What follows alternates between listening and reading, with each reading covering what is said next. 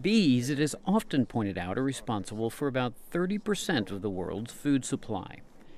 But it turns out that the pesticides we are using to keep bad bugs off of our food plants are also hurting the bees. Well, bees are insects, and pesticides are designed to take out pest insects, but they're pretty indiscriminate. The culprits are a unique brand of pesticides called neonicotinoids.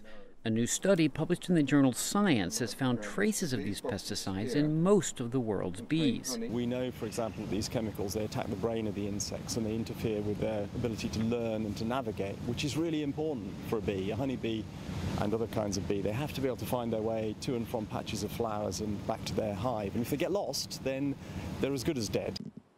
It's an unfortunate side effect of new genetically modified seeds that come pre-coated with pesticides. So the idea is the farmer buys the seed pre-coated with insecticide, he sows it in the ground, and the chemical is water soluble. It dissolves into the soil and the water in the soil, and then it's supposed to be sucked up by the plant, and it goes to all parts of the plant, including, unfortunately, the nectar and the pollen.